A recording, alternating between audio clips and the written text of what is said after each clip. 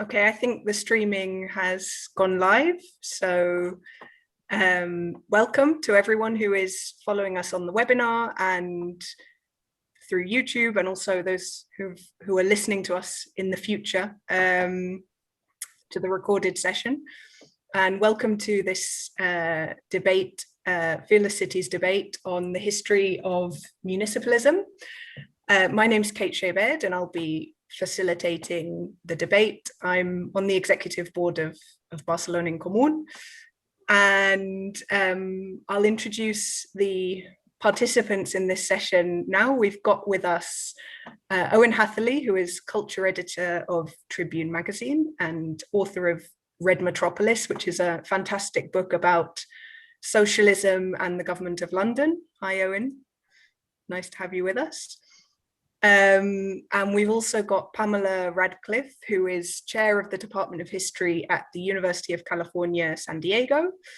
And she is just starting a research project on the municipalist tradition in Spain, and partly inspired, she has told me, by Fearless Cities. So that's really exciting. Hi, Pamela. And finally, we have Pierre Clavel, who is a professor emeritus at the Department of City and Regional Planning at Cornell University, and the author of another fantastic book, which is Activists in City Hall. And he's also got a project, which is an online archive on progressive cities and neighborhood planning. So a great group of people to talk about the history of activists in City Hall, basically, which is the question that brings us here. And just to give a bit of background to why we're here, it's actually, I must confess, partly because of a slight obsession of mine over the last few years with the history of municipalism.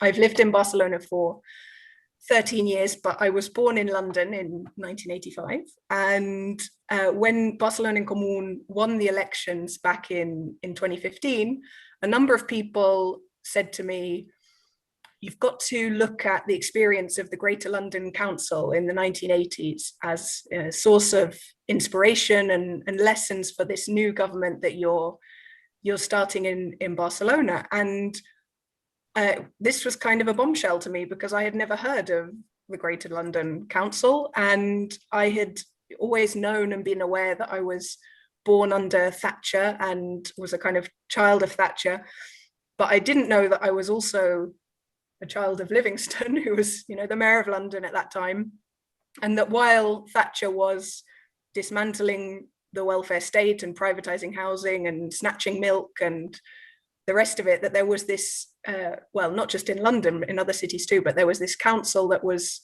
opposing those policies and also, implementing kind of radical policies in anti-racist and feminist and community planning and building in participation and all sorts of other things. And I started on this journey to find out more about the GLC, but also to find out what other experiences might be out there that could help us, embarking on this very intimidating and difficult challenge of running a city with great ambitions and very little experience, and to see whether we could learn from the recent past and the distant past and not repeat the same mistakes, and maybe repeat some of the successes. And so that's kind of the inspiration behind this session. We only have an hour or so we won't be able to get super deep into it, but I hope we can get a flavor of some of these different experiences that our speakers are going to talk about. And just as a final note, I think that it's probably no coincidence that I had heard about Thatcher and I hadn't heard about the Greater London Council, because the right is very good at investing in documenting and promoting its historical leaders and movements and policies. And it's probably quite convenient for a lot of people that these examples and these experiences are on the left are forgotten about, because if people know about them, they might be tempted to repeat them. And so part of the idea of this session is also a kind of, way of building knowledge and ultimately power in our movement. So that's kind of where I'm coming from. Okay, so maybe the best way to start would be to do a quick round, just so everyone can get a sense of who's in the room and what you are here to talk about. And so if we could go around quickly and just, if you could explain what you've been writing, researching about, and why you think it matters today. And yeah, maybe we could start with Pamela. Okay. Thank you, Kate. And I do want to say just first that I'm really feel, privileged to be here. And as you said earlier, I was, really partly inspired by reading about the Fearless Cities organization and realizing how much municipalism, this was a municipalist moment, right, in global history. And what struck me, because I had just written a general survey book on the history of Spain in the 19th and 20th century. And what had struck me in writing that book is this sort of recurring thread of municipalist politics throughout that, 200-year period.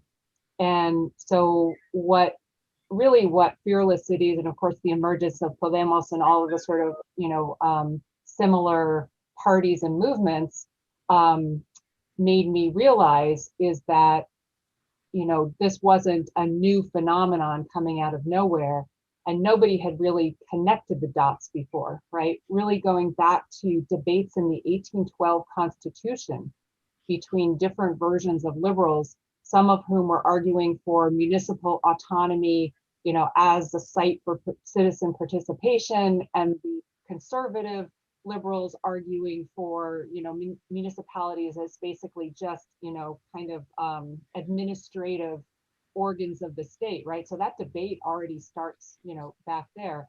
So that's, what I think I can contribute to this discussion is kind of, this longer view of what I'm arguing is a municipalist tradition, even though, right, the concept itself doesn't get created or identified or invented right until recently. Fantastic, thank you. And since I've already introduced the GLC, maybe we could go to Owen now, and he could tell us about his book.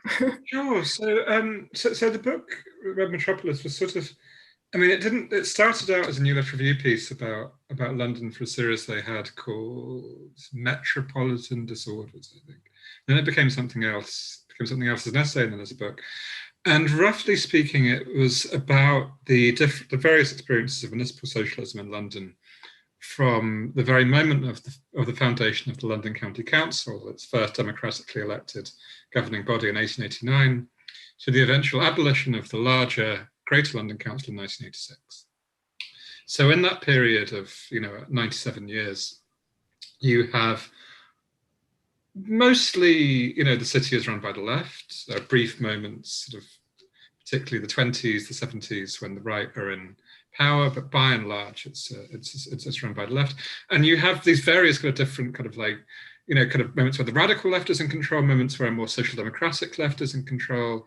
And then particularly for what I'm going to be talking about today, which is the period from 1981 to 1986, in which the kind of, let's say post 1968, New Left basically took control of the London Labour Party and then control over the Greater London Council.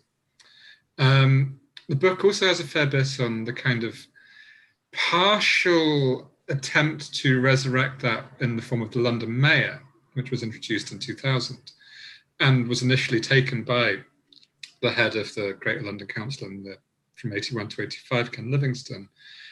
I think generally very disappointing results of that, which I think they haven't been kind of universally terrible, but by and large, I think they've been very disappointing. And I think a lot of the purpose of that book was to work out why they had been so disappointing and whether or not the kind of current municipal left of London, which I think is quite small c conservative and technocratic, could really do with learning both about, I guess, the kind of radical social democracy of the 30s and the kind of new left social movementism of the 80s. Great. I want to hear all about it. And finally, we have Pierre, who's calling in from Ithaca, New York. And I believe he's going to talk to us about Chicago in the 1980s. So could you give us a quick introduction to that government? Yeah, I had done a book on progressive cities in the United States, smaller places, Hartford, Cleveland, Berkeley, Santa Monica, Burlington, Vermont. And I wanted to get it into a bigger city, especially where they had race issues of the bigger sort. And so Chicago was one of the options. And one of our former students at Cornell had become the economic development director there, working for Harold Washington, who was the city's first Black mayor. And then thinking about it later, I put Chicago alongside Boston in a book about later efforts. This is like 20, 30 years later. And I concluded that Chicago is a sort of a paradigmatic example of stuff in the United States. I actually paired it to some extent with the Greater London Council. I had made contact with another British guy that I think, Owen, you probably know him, Simon Parker, who had done a lovely dissertation on Bologna. And some of the ideas in Bologna had attracted some of the people at the Greater London Council, which they tried to play with. And I thought, well, and I ended up getting the Greater London Council economic plan on a Cornell Archives website, which is not the one that I listed, by the way, to you, because it's got some curious navigation issues, which I never can find the exact right URL to tell people to find it, and I'm working on that. So anyway, and then I produced out of this, just for today, a longer story about the creation of a sort of a local industrial policy in Chicago, which was, I thought, the key thing that they actually did substantively, alongside the racial fairness issue, which is the thing that caused the greatest controversy in the city. So fantastic. No, well, before we get into the actual policies, maybe I think it would be good to kind of get a feel for who these people are or were, or are. There's probably some of them still around. But in Barcelona, for example, we're a mix of people who come from social movements, particularly the housing movement, in a kind of coalition with smaller left-wing Green parties, and also, you know, some people who've not been so active in politics or movements before. And what happened in Barcelona is that there was a kind of big wave of social movements after the 2008 crisis, and these social movements had a lot of success from outside the institutions, but then they kind of realized that there was a kind of a glass ceiling, right? And the strategy was, well, we've got a lot of power, we've got a lot of momentum, let's kind of make that jump to the institutions to try and do things that we can't get done from outside. So it would be good to know, maybe starting with Owen, who were these people who were in the GLC? Were they, you know, just your normal Labour politicians? Were they activists? Were they a mix? Like what were they kind of, where were they coming from, and what were they trying to achieve? They were very much a mix, which I think comes from the fact that, put bluntly, that we have proportional representation, which makes any challenge from outside of the Labour Party extraordinarily difficult to do. So I would say there's kind of like, the main group is people that joined the Labour Party in the 1970s or in the late 1960s, which is quite a strange thing to do, you know, the kind of new left circles were generally not very attracted by the Labour Party. But some of them had been brought into it, particularly in the 1970s, by figures like Tony Benn. And, you know, there'd been a sort of quite large Trotskyist movement in there. And basically they'd kind of managed to push parts of the party quite far left by the 1974 general election. And after that, really, one of the really significant things is that whenever Labour were in government, they tended to lose very heavily in local elections. And there was one election in particular, I think in 1969, in which they were just cleared out. And so young activists, generally, you know, from sort of anti-Vietnam War movements, from, you know, often from kind of sectarian backgrounds, a lot of the people involved had been in the International Marxist Group, although I think they'd usually left it because it was, you know, quite strange. Some had been in the Workers' Revolutionary Party. They just kind of went in there and took all of those empty spaces. And that meant that there was this quite large kind of weight of numbers. And they'd taken over various kind of constituency parties in the second half of the 70s to the point where they kind of had enough weight to take over the whole city. And one of the ways, I mean, they were very, very ruthless in doing that, something which I think we can probably, yeah, probably worth talking about. They were, although they were very kind of movementist insofar as they had a lot more commitment than a lot of the people in the kind of old sort of trade union left, had a lot more commitment to gender equality, to racial justice issues, et cetera, et cetera. They were a lot more kind of hard line on that stuff.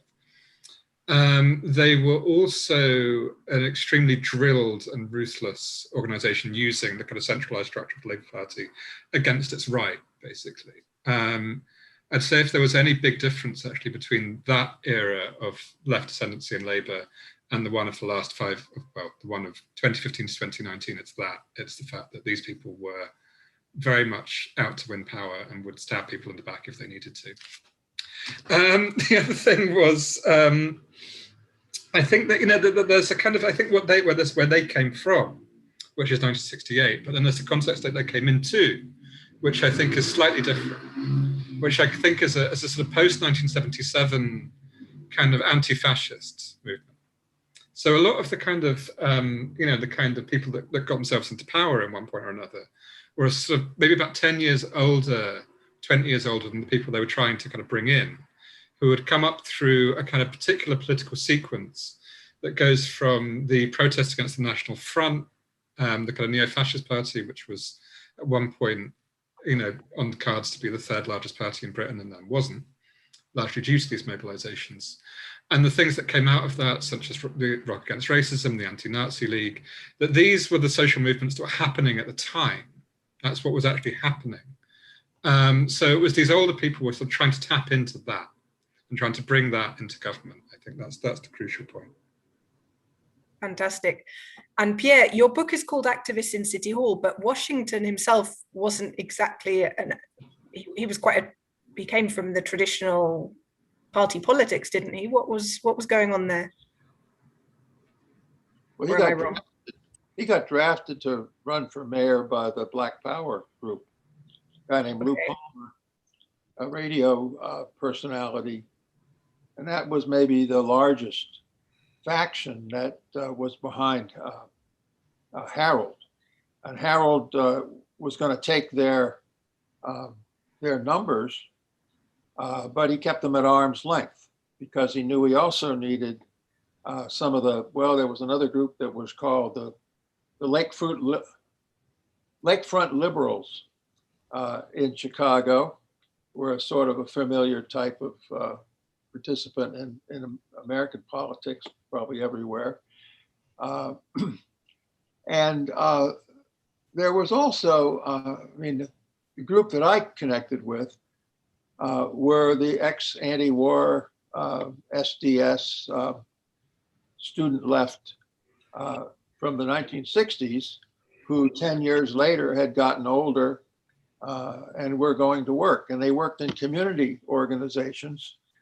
There was a very strong history of neighborhood organizations in Chicago. And so this produced a lot of people. There was a group of one group of those was called CAN-DO, Chicago Association of Neighborhood Development Officials, or something like that. There was a later one called the Rehab Network. And there was a third one called CWED, Chicago Workshop on Economic Development, out of which developed city policy. One of the facilitator of a major meeting they were trying to get not an enterprise zone. What was the original name? It came from England, Peter Hall, something like that, zone idea, which is from the Reagan administration. They were going to, state was going to try to do it, and they thought they'd come up with a community-oriented version of that. They never got that on the state ballot, but they did get it into the Washington campaign. And it was the idea that development ought to be oriented toward smaller organizations and toward neighborhoods, not toward the central business district and big firms. Rob Meir, then a professor at University of Illinois, Chicago, planning department, who'd been working with a lot of these organizations. He was actually out there doing classes with the organizations themselves. It's a big change in how to do instruction, right? But in doing that, he had many, many of his alumni out in these organizations. They were at this meeting where they were trying to come up with a policy for economic development that would be different from the usual policy of the top-down version of economic policy. And he came up with an idea from the floor, he said, which he called a generative metaphor. He said, look, what we're about here is jobs, not real estate. Jobs, not real estate became the battle cry for this whole organization. It got repeated in a policy statement that this organization, CWED, I called it, had. It then got repeated in the Washington papers, which was a campaign document, which he ran on. It then got repeated in Chicago Works Together, which was an economic plan for the city of Chicago. It then got repeated in Chicago Works Together 2. It got reinforced by a study of steel factories that they contracted with an economist named Ann Markison to write a 500-page document that more or less established that manufacturing did have a future in the United States and in steel, which they argued unsuccessfully in the face of opposition from the city and from the nation, which was arguing that manufacturing was a thing of the past and we were all going to now live on essentially real estate. That was the idea that developed in Chicago. So I'm saying there were these three different groups here. The groups that I was connecting with were the activists in the organizations. I mentioned the so-called lakefront liberals, and I mentioned in the background, but the larger population was the Black Power group, which mobilized the African Americans in the city. And there were many, many other marginalized groups that had never been represented in the city government. The city had historically been in the hands of the fabled machine, the Daley machine. Richard J. Daley was the guy, and he had died in the 70s, and they'd had a bunch of people running it afterwards. So they were trying to do that. Thank you. We've got a bit of background noise from your mic. I'm not sure where it's coming from, but we can hear you pretty well. Okay. I don't know if it's just your seat moving or something like that. Yeah, Pamela, I mean, feel free to contribute whatever you like, but it might be interesting to know, you know, in the broad sweep of Spanish municipalism, if you think there are any kind of defining characteristics that kind of found throughout history, or well, whatever you'd like to kind of contribute to this round. Right. Yeah, no, it's right. Obviously, I have a different answer because I'm not talking about a specific, case. But I mean, the first thing I would say is that, my argument is essentially that municipalism is a sort of, counter culture, counter, hegemonic discourse and set of movements, right, across those 200 years. It's usually on, the outside of the power structure, right? So it's either, political parties that are, kind of in the minority, or it's social movements, right? Some combination of them. But the dominant parties throughout those 2 centuries are always centralizing statist parties. And that includes the main liberal parties of the 19th century, but it also includes, parties of the 20th century, like the Socialist Party, which is also a statist, has been an essentially statist top-down party, right? Since the transition. And of course, obviously, even in the Second Republic, most of the Republican parties were statist parties. That is, they believed that the state, was the central generator of progress and, political initiative, right? So all of the movements that I'm looking at are, the losers in the dustbin of history generally. But they do emerge at moments of sort of liminality, right? Revolutionary moments.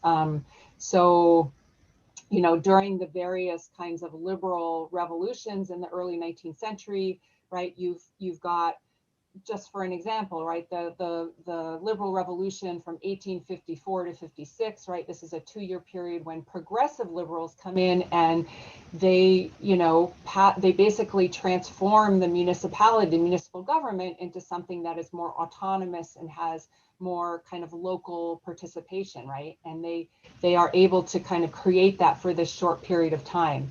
The same thing happens during the sexenio, that ends with a republic in the late 1860s, early 1870s, that culminates with these cantonal revolts, which are basically local, local independent federations. And the theory was that they would all form this kind of horizontal, kind of federation of local municipalities.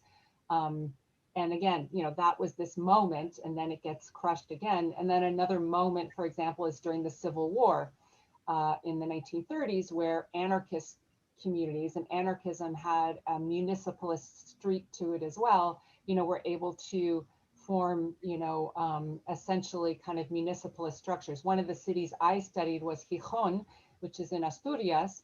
And, during the Civil War, they had a city council that had an anarchist mayor and, other sort of left-wing anarchists and Republican. And their city project was basically this kind of municipalist project to, to municipalize services and property. And it was much more municipalist than it was class-based, for example, right? Which is what we normally think about when we think about revolutionary projects in the Civil War. So those are sort of examples, right, of how they emerge in these liminal revolutionary moments and have these kind of brief opportunities.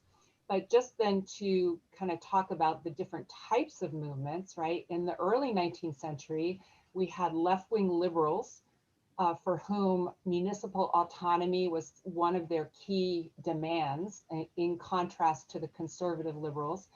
Then in the mid to late 19th century, we have federal Republicans, and those are, obviously they believe in republic as opposed to monarchy, but their basic core belief was decentralization of power and this sort of horizontal, network of autonomous municipal governments. And then by the late 19th century, those federal Republicans are more or less defeated, and anarchism becomes the main standard bearer of municipalism. Even though we think of anarchism as being anti-political, they have this concept called el municipio libre, the free municipality is sort of the core, or the path to, a future without any government. And then moving into the 20th century,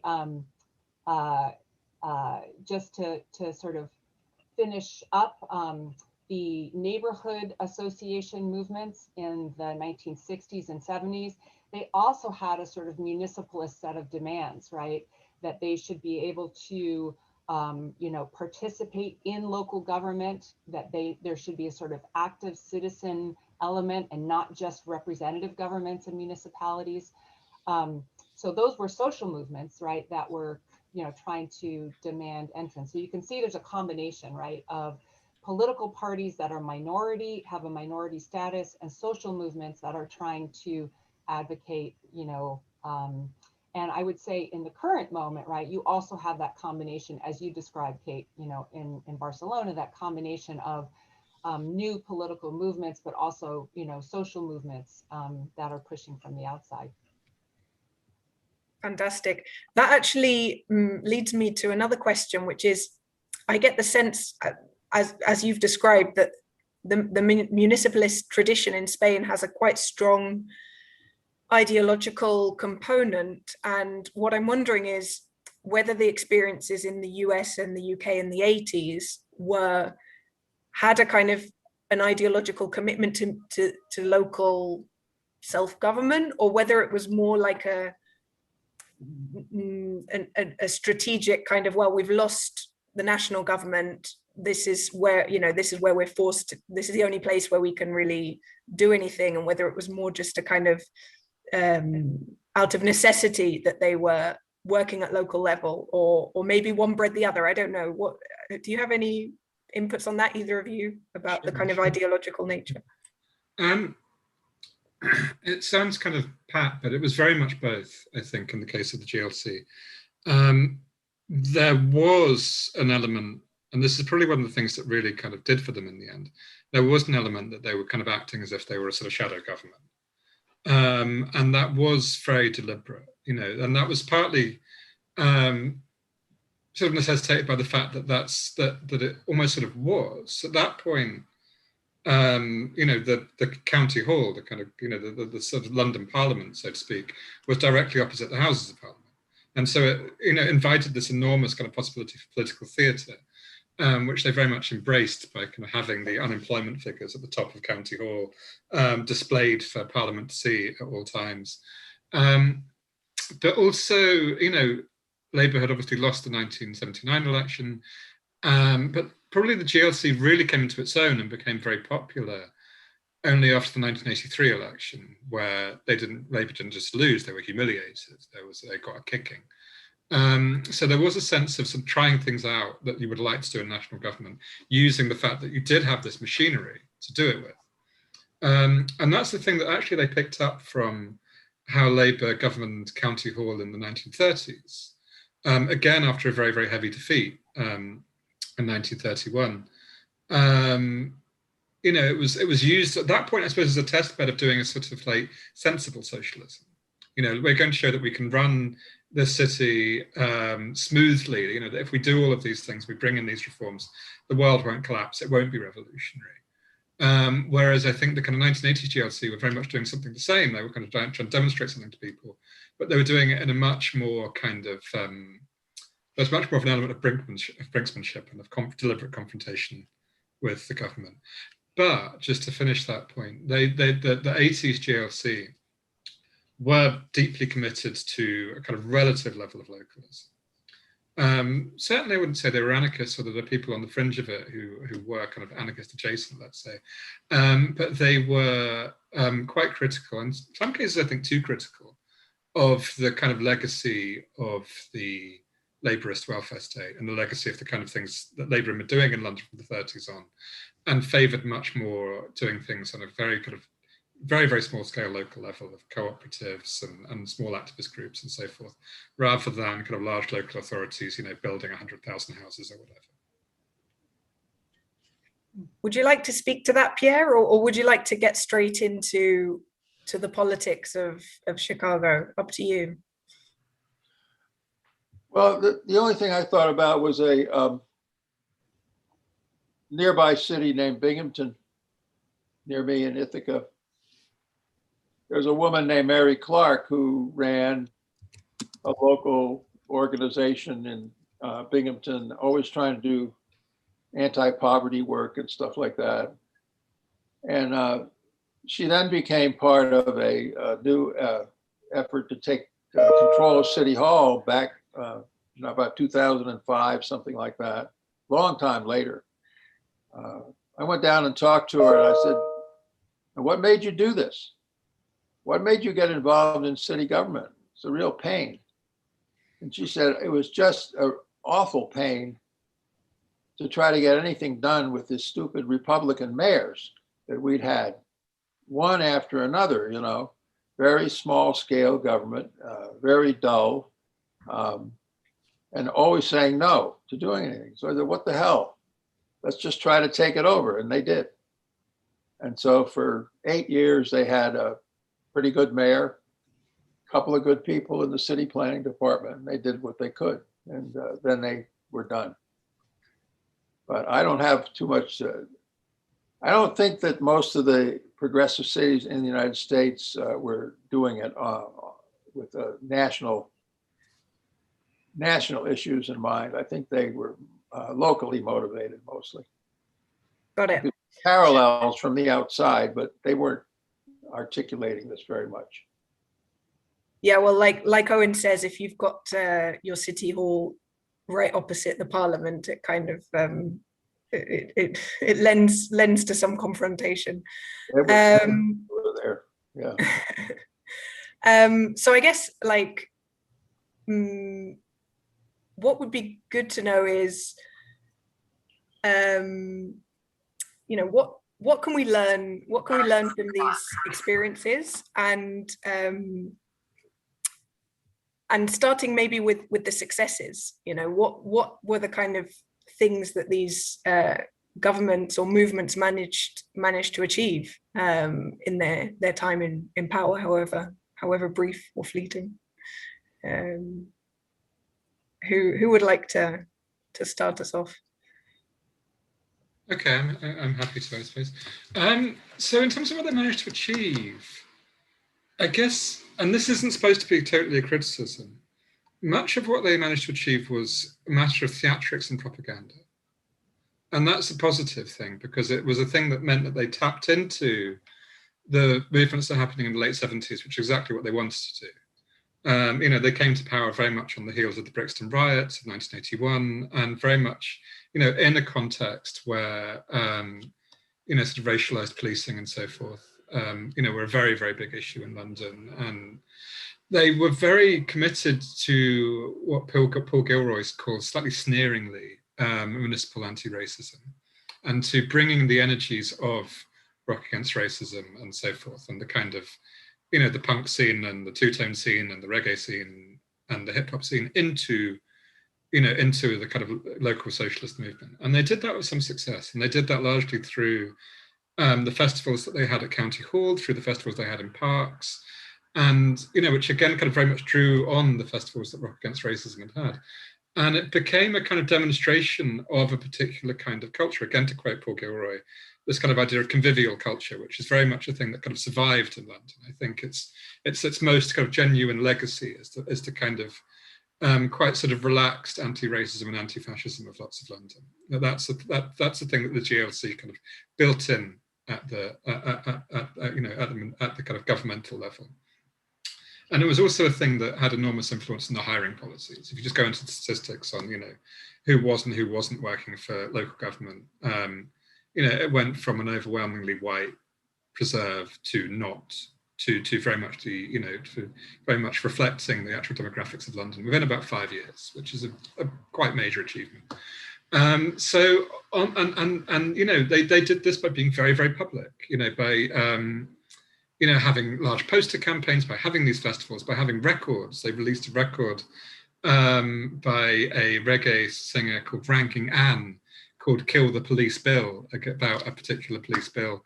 And we currently have in the UK a particularly monstrous policing bill, which has just gone through. And the possibility of the Mayor of London, you know, putting out funding a record called Kill the Policing Bill is just so hard to imagine that it's quite depressing. But, you know, but I suspect that is one of the threads which he does represent, is that municipal anti-racism, which I think he is quite committed to, although he has much less talent for propaganda, to put it politely. So I think that really is the big success. The other kind of plank, which is quite similar to the stuff that Pierre's been talking about sort of trying to kind of stop the industrial decline of London. And people often forget that London, by the late 70s, was a substantially industrial city, particularly outer London was very, very heavily industrial. And it lost those jobs between the mid-70s and the end of the 80s. And they were very, very keen to keep those jobs in London and had a quite elaborate program kind of based on the so-called Lucas Plan, which is a whole other story, to kind of introduce cooperatives and introduce kind of building for useful purposes and so on and so forth, which was very ambitious. And the actual results of it, because it was so brief, it's quite hard to kind of really work out what its legacy really was. I think its main legacy there was the economic policies of John Macdonald when he was Shadow Chancellor, which were very much based on that. And John Macdonald was the effective Chancellor of the GLC between 81 and 86. So he was very much kind of carrying on from where he'd left off. I'm so glad you brought up the human resources question, because the GLC in the 80s was way ahead of where Barcelona is today, where the public workers are basically all native-born white Spanish and Catalan people. So I think we probably could learn a lot from that. And also, I'm just imagining now, we're talking about the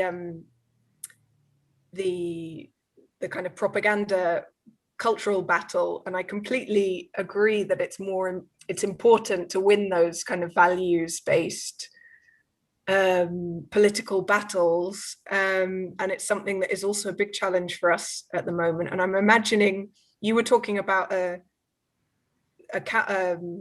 counter of unemployment, right, on the wall of City Hall. And in Barcelona, actually, the City Hall is opposite the Catalan government, across the same square, not across a river in this case, it's across the square. And I'm imagining, hung from the front of City Hall, number of public housing built by City Hall in Barcelona, 3,614, number of public housing built in Barcelona by the Catalan government, 31, because these are the kind of the kind of things that we need, like, that we want people to know, and it's very difficult to have to get the information out there, and using the front of your City Hall might be a good strategy for us. I don't know. So yeah, I think I agree, they were amazing communicators, if nothing else. Maybe we could go back to Chicago. Oh, sorry, I've let me unmute you. Oh, sorry, I muted you because there was a bit of background noise, and now I can't unmute you. Well, let's go to Pamela while we sort this out. Okay, so again, I'm going to sort of talk about, answer your questions through the long sweep of things. I think, over the long haul, I think what these movements have done successfully is to keep, as part of the debate, right, about politics and where politics happens, most effectively, it's kept that tension unresolved between the local, the regional, and the national governments. Rather than the sort of standard narrative of political monetization is about the scaling up of political decisions, right? That, in the pre-modern period, right, politics was more local. And then, when we get to sort of the modern state building, the state, is where everything important happens. And the municipalist movements always challenge that by arguing that, it's actually more of a dynamic. So they keep that conversation open, right, about where politics, what kind of politics should be done, right, at what level. And, in doing that, they also always, what's the best way of putting it? They kind of bring government to the people, right? Ordinary citizens understand what governments do, right, with that connection to this most local form of government. So I I think it helps people see the connections between government and daily life, right? In ways that they don't see with the national government. And then on a more sort of, I don't know, cultural level, I would pick up on what Owen said, that one of the I think defining features of municipalism is the focus on community and community building. I mean, you talked about conviviality as a sort of principle. I think that's exactly what I would say about all of these movements, that they focus on the community rather than the individual, right? It's how individuals come together, right? And that, so there's always a kind of community building you know, element to municipalist movements and discourses.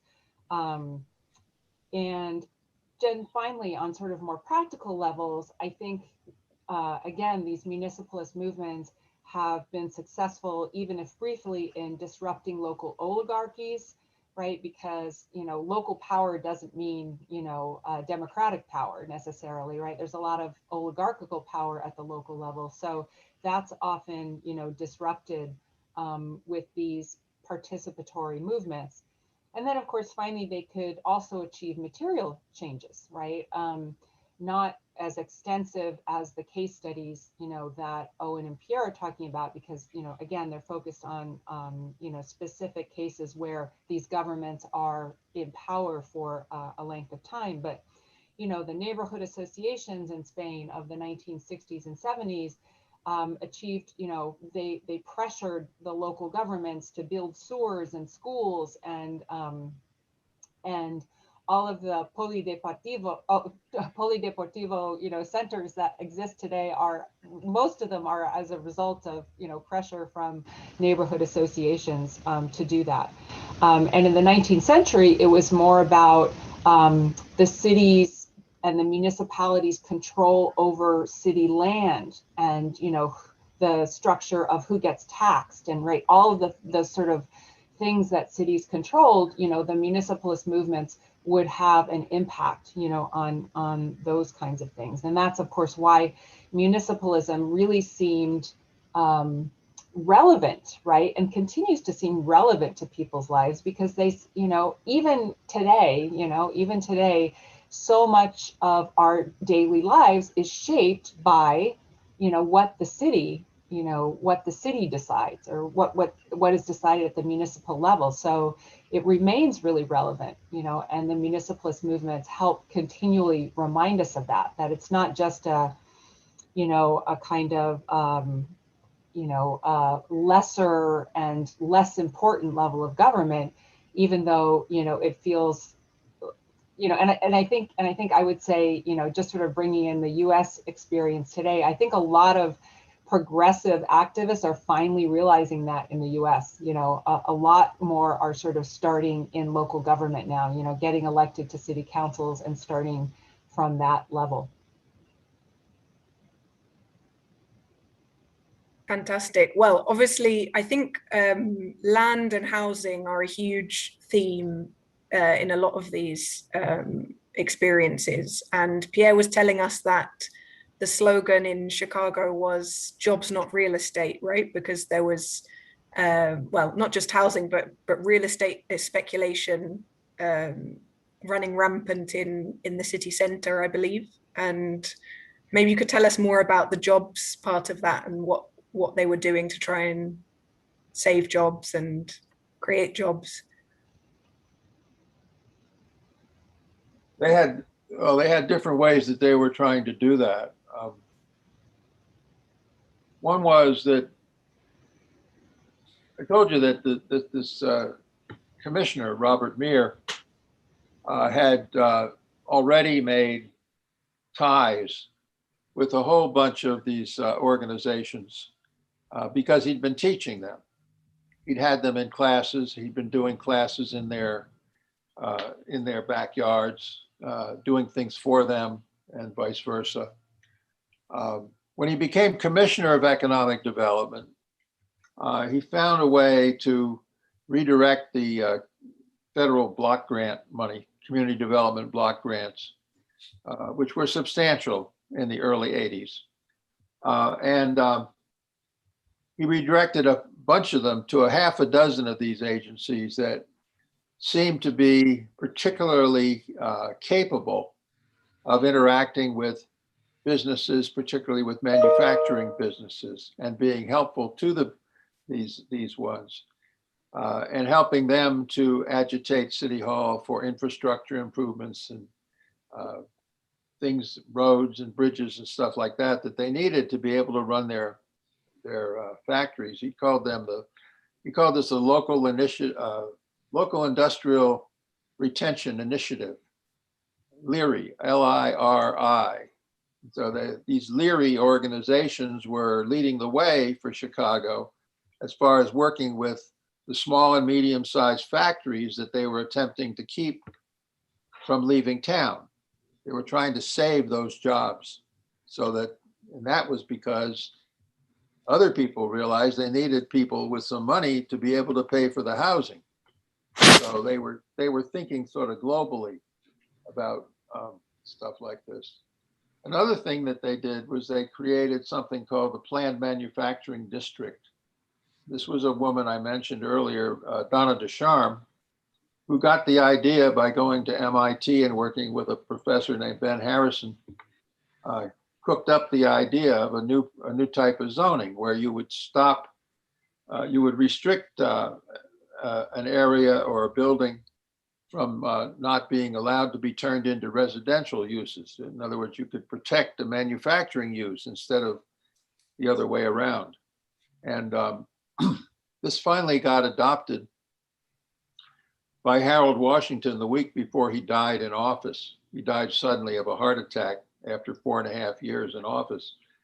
And so she, after beating her head against the wall to get these people to see the value of this and finally winning it in City Hall, the guy dies. So then she has to go with the new mayor.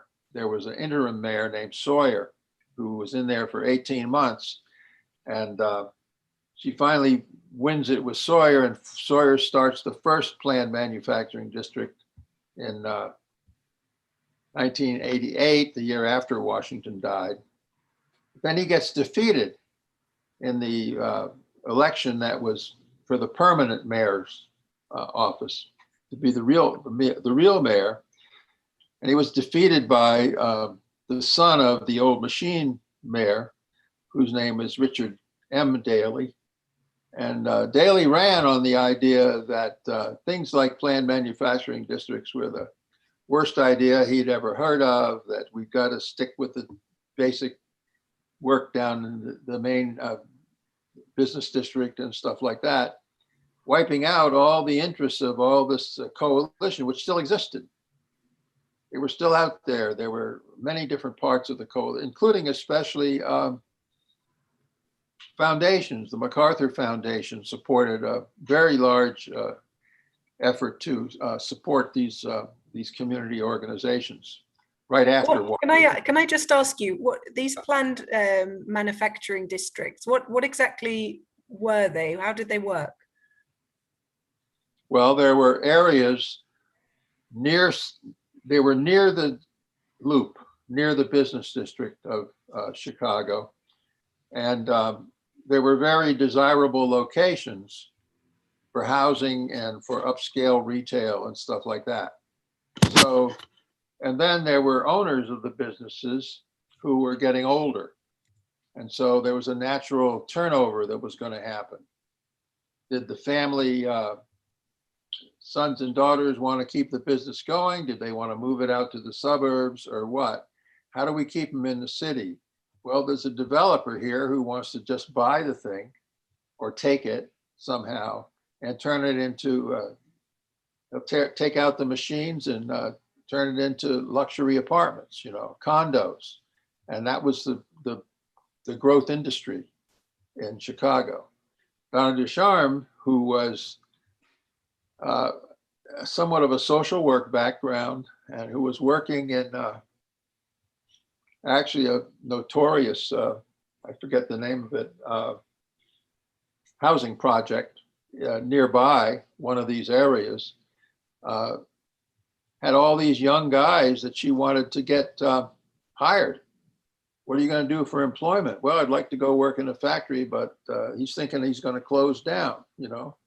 So she says, well, we'll try to save the factory. And she comes up with this notion. She eventually sells it citywide as an idea. Daley turns around after 6 months in office. He turns around. He says, well, I'm going to support the planned manufacturing district. And he ends up putting in 12 so-called PMDs. So that was another sort of a high-profile effort to deal with this. Was not successful, you know. I mean, how the manufacturing was going down the drain in the United States in general, and also in Chicago. Chicago was one of the biggest manufacturing centers in the United States. They also were losing jobs. So they kept losing jobs. They saved some with the planned manufacturing district. They saved some with other types of attention, but they didn't overall win that one. And they kept doubling down on it. They kept trying to do different things. They did something called the Chicago First, or First Choice, I guess it was something like that, workforce development idea that finally didn't work for a long time. Daley ended up making that one work about 2006 before that happened. That's like 30 years later, 25 years later. So, so it's an ironic, see, it's ironic. What's ironic is that in Chicago, they had some good ideas that went against the grain, but in favor of the constituency that elected Harold Washington, poor people, Black people, okay? So they had good ideas to do. They put together a structure to support these ideas politically. The neighborhood organizations, the foundations supported them, MacArthur Foundation in particular, but also the Joyce Foundation and some others in Chicago. There were about 6 or 8 different factors like that went into play. In other words, it wasn't just city planners with great ideas. There were some people with pretty good ideas who actually were able to talk to the people out in the neighborhoods for the reasons that I said, like having taught them in school for a while, things like that. There were labor, a sliver of the labor movement that was in alliance with all this, not the most part of it, okay? So they had everything in place to oppose the so-called growth coalition. Meanwhile, the growth coalition is moving into real estate. See, they didn't care about manufacturing. And so, you know, the head of US Steel, a guy named Roderick, comes into town early in the Harold Washington administration, and they're thinking they had closed, I guess, US Steel Southworks in Chicago, laid off 10,000 workers. And he stands up and says, you know, we just changed the name of our company. We're not US Steel any longer, we're USX. Our business is not to make steel, it's to make money. And so we're going into real estate, and now it's a shopping center. Okay, so. Well, you've taken us very nicely into into the part of failures as well as successes. You have to figure out what's a failure. You see. Well, that's true. That's true. They did a lot of things right, and they failed. I think that so you can do everything right and still have global trends working against you, right? I guess is the. Well, they didn't know what the global trends were. You see, all they can see from their point of view is, well, maybe it's a trend, but maybe it's something we can turn around. See, what's our best bet? Well, we'll bet on turning it around. They bet wrong. And then later they said, well, you know, if Harold just hadn't died, we could have kept going. Well, I mean, I guess something that Pamela mentioned earlier is the idea that power isn't just, you know, being in government in City Hall, right? Power is something that is far more distributed, far beyond democratic institutions. And that kind of brings me to another thing that we wanted to talk about, which was alliances, which I think we've already covered quite a lot about what kind of alliances these governments had, but also adversaries, right? Like what kind of powers were they up against? Who was trying to stop them? And how did they deal with that kind of opposition, whether it be political, economic, media? Owen, would you like to jump in on that one? The principle, well, I mean, the GLC in the 1980s, before it was abolished in 1986, faced opposition from practically everywhere. It was obviously opposed by the Conservative Party to the point where they literally abolished the Great London Council, which Neil Aitchison once wrote would have caused a constitutional scandal in any other European country, which I think is true.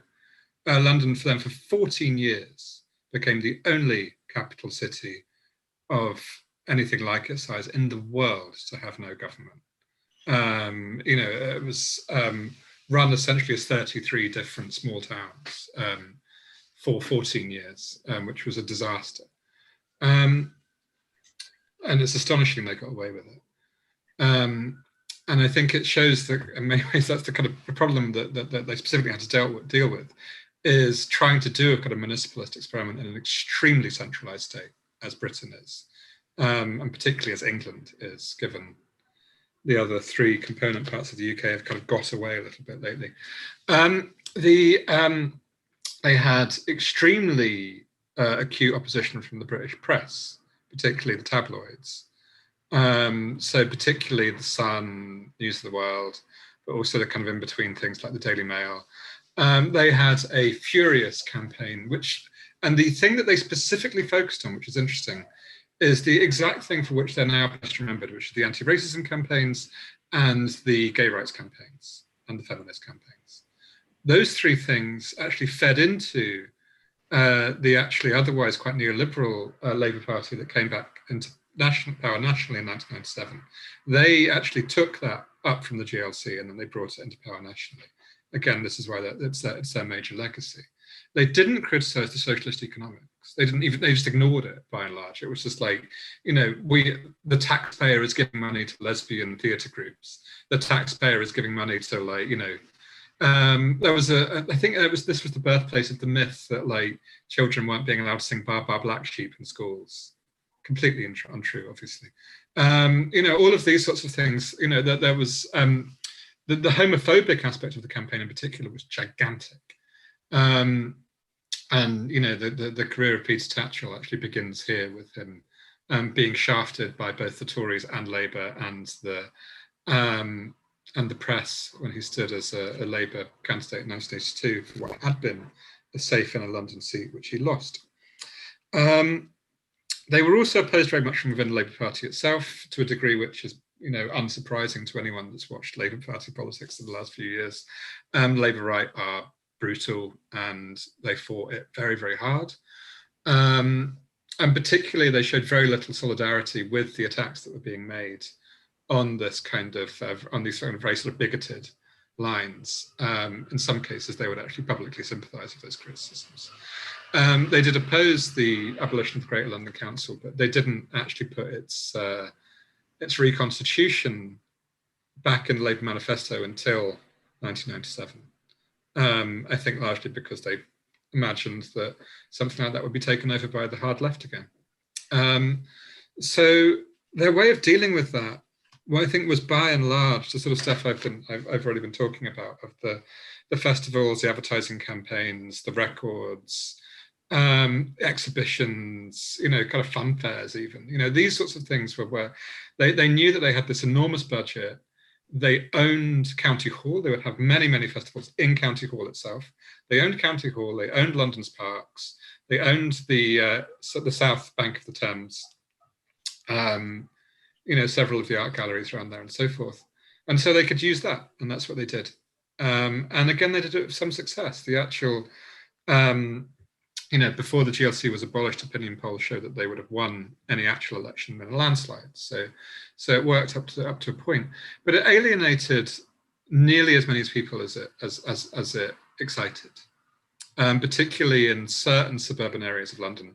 The London Borough of Bromley in particular fought it brutally hard. They were obsessed with the fact that, because they weren't on the tube network, that any cut to tube fares was like oppressing Bromley, because Bromley taxpayers had to then pay to subsidise the tube fares of people in the rest of the city.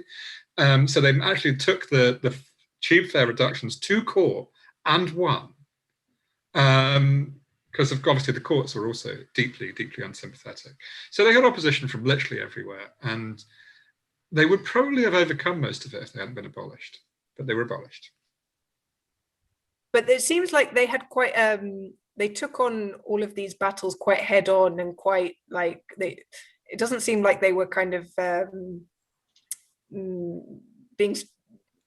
holding back, let's say. I mean, do you think the fact that they were abolished was a testament to how dangerous they were, or if they'd been a bit more cautious and strategic about what fights they took on, then it maybe they wouldn't have been abolished? Yeah. I mean, I suppose that there's two schools of thought from the left as to how they could have avoided that fate, and I don't think either really work. One of them is that they should have stuck strictly to local politics.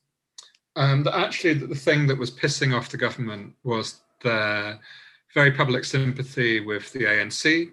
They erected a statue of Nelson Mandela next to the Royal Festival Hall, which is still there. Their very public sympathy with Irish republicanism. They invited Gerry Adams to County Hall at a point in which Gerry Adams wasn't allowed to appear on television. You had to get a voice actor to actually dub Gerry Adams, which is a wonderful little fact I think everyone should know about. And, you know, just the general, and, you know, the very public solidarity with Sandinistas and so on and so forth. They had this kind of international dimension, basically, which it's argued if they'd just kind of scaled it down and hadn't been so public and hadn't been so propagandistic, then they perhaps would have been left alone. And this is bollocks, largely because if they hadn't done all of those things, and hadn't been so public and so propagandistic, they would not have got that wave of public or popular support that they got. Everyone knew what the GLC was by the end of it. And actually, but when they came to power in 1981, probably not that many people did know. You know, it was, and on that level, it was, you know, I think it's that the criticism is quite unfair. The other point, which is sort of quite hard to explain because it involves quite a lot of knowledge about the other municipal experiments that were happening under Thatcherism, was about their relation to a kind of countrywide rebellion against a cap on the amount of money you could raise in local taxes, basically. The government introduced a tax and said you can only take this amount from taxpayers. And this affected about 50 local authorities across Britain, including some conservative ones in Portsmouth, Swindon, but the rest were all Labour. And they, some of them were basically run by the Trotskyist organisation Militant, such as Liverpool most famously. And some of them were kind of more trade union left, like Sheffield. But they all had that kind of 68 background in there. And they were all basically being, you know, kind of deliberately, you know, kind of dragged into a confrontation by the government. And their tactic was to refuse to, the tactic of Liverpool was to refuse to follow the law on this, basically, was to just say, we will not follow this policy. We will set whatever rate we like, and you'll have to deal with it. And there was a kind of idea that if all local authorities that were involved in this had done that, they might have made the whole thing unworkable and the government would have then caved. And that the GLC, by the fact that they did set a legal rate, partly because they actually, unlike Liverpool, had a lot of money, but Liverpool didn't set a legal rate partly because people would have, you know, people in Liverpool were on the brink. You know, they really didn't, in many ways, they didn't have much of a choice. This wasn't the case in London. The GLC had shitloads of money. And that's John McDonnell and Ken Livingstone split over this specific thing right at the end of the GLC, with McDonnell arguing that they should go into battle with the rest of these councils, even though the GLC had no reason not to set a legal rate, and Livingstone going like, look, you know, we'll get taken to court and dismissed, which is exactly what happened to Liverpool. Like the Liverpool councillors that refused to set that rate were all dismissed from office. So if you broke the law, you were dismissed from office like they were in Liverpool. If you followed the law like you did in London, your council was just abolished anyway. So I don't think there was anything anyone could have done. Sometimes, there is moments in history where, you do all the right things and still they do you in.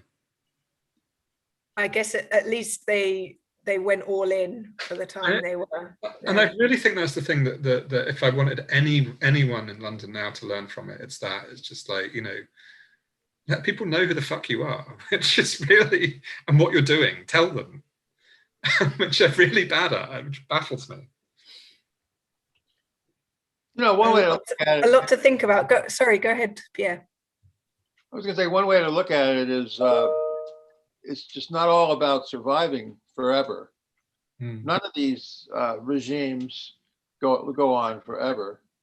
Even Daley was done after 22 years in Chicago. And then they get memorialized by fellow travelers in the press and the academics, I hate to tell you, I looked up Chicago mayors in Wikipedia when I was doing this, and I don't think there was one mention of Harold Washington. Somehow or other, they have great capacity to forget. And I haven't seen a hell of a lot of mention until your book of the Greater London Council either. And I was trying to do some work on it about 3 years ago and never went very far, but I should have found it. And so it's an interesting problem.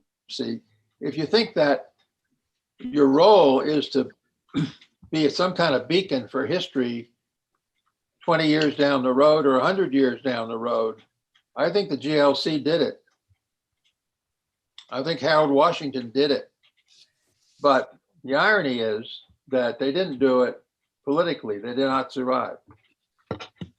So I think jump in again with this long view and say one of the things that's lacking is a sort of framework, right, in which municipalism is a sort of recognized political force for progress moving forward. That framework is missing, right? So it's not just left versus right. You remember Thatcher not just because she was right wing, but because she represented the state, right? And the state, had the most power, always has the most powerful message, right? So, my answer in terms of adversaries is, I would say that it's not really left versus right. That it's parties on both the right and the left that are more focused on state power, and that they view any sort of decentralization of power as a zero-sum game, right? So that it's not just, you will share power nicely between the local and the regional and the national. It's a zero-sum game in which, the decentralization feels like a loss of power at the state level. So all of those parties that are really vying for power at the national level, tend to view municipalist movements as a threat. So I would say that that's a kind of, long-term trend that, and it's only recently, I think even the dominant position on the left was statist, right? The Marxist tradition in general, right, is a more statist tradition.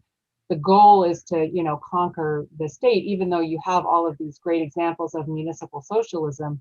But they remain anecdotes, right? They remain single anecdotes. And of course, that is one of the weaknesses of the municipalist legacy, is that they are anecdotal case studies often, right? Of single, single cities or single, experiments.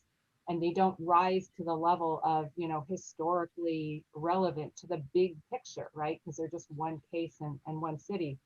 So I would say that, one of the challenges for municipalism is the kind of thing that Fearless Cities is trying to do is building those horizontal alliances, right, across. And so it's making it clear that this is more, it's a broader kind of movement, right? It's not just a single case study of what happened when, this particular individual, right, started building alliances. It makes it sound, again, very anecdotal when it happens in those cases. And I would say the second challenge that is not always met is that sort of balance between social movements and government and working in the municipal government, right?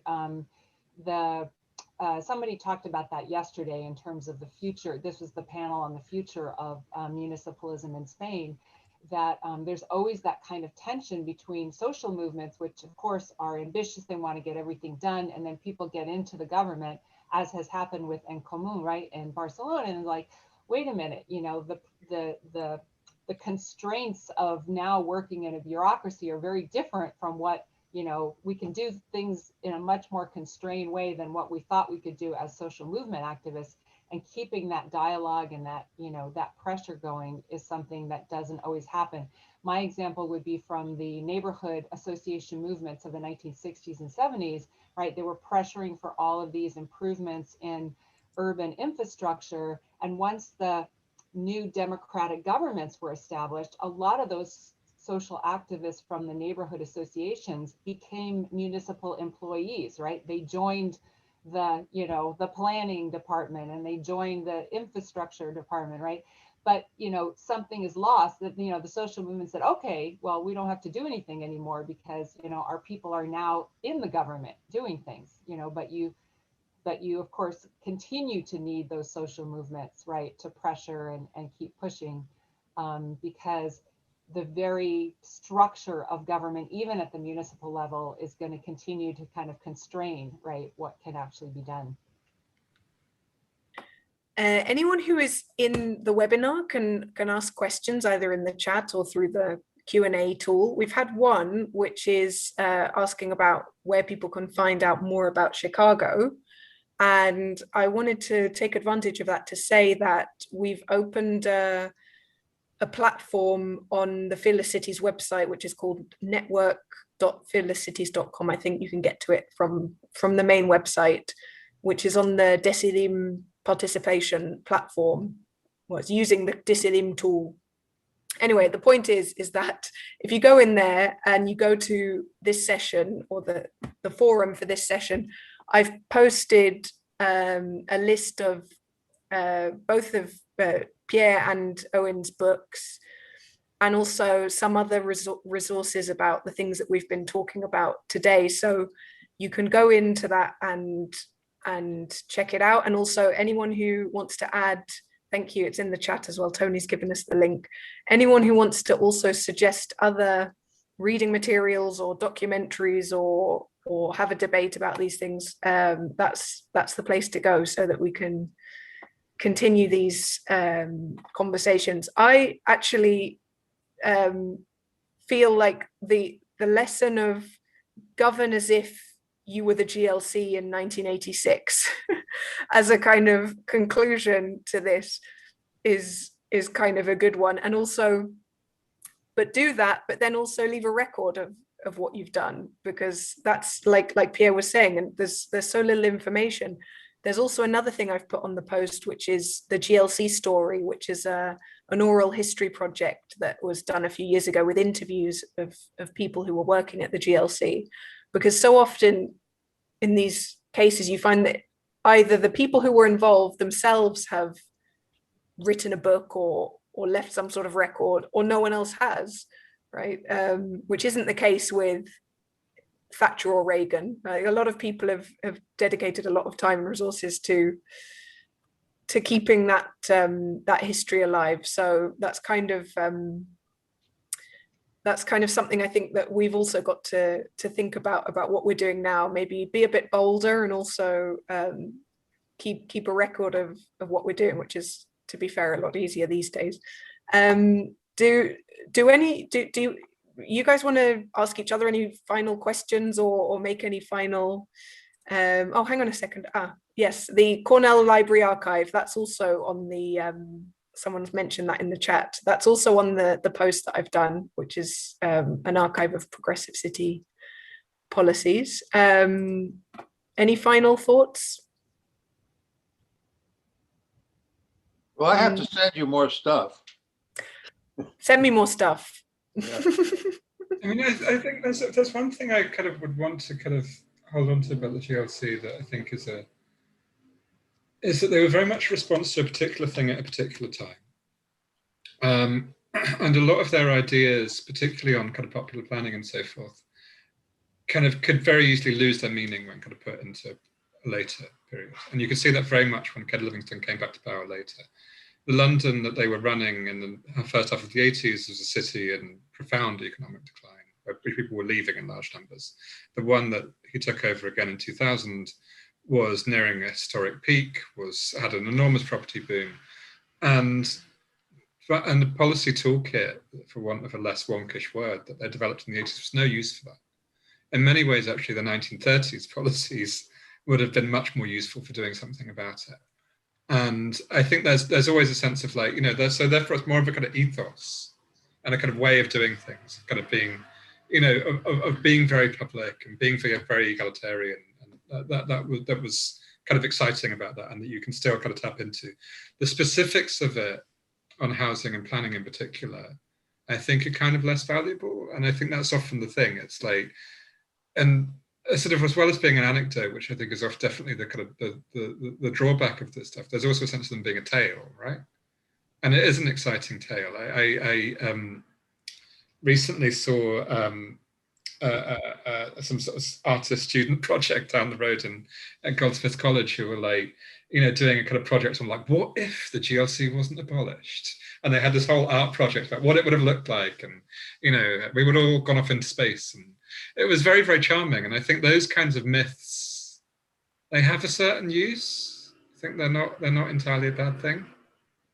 People remember them and they stick in their heads, and people will then often want to avenge them.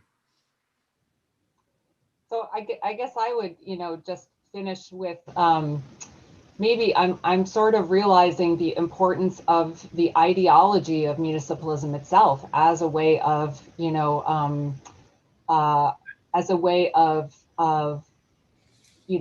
keeping a record of what's happening, right? Rather than just pragmatic responses to particular situations, there's a whole kind of ideology of, decentralized power and citizen participation that frames whatever the response is, whether it's the 1980s or the 2000s, you're going to need a different toolkit, but there's that kind of framework that helps, again, connect the dots and realize that, the general set of principles can be adaptable, right, to different situations.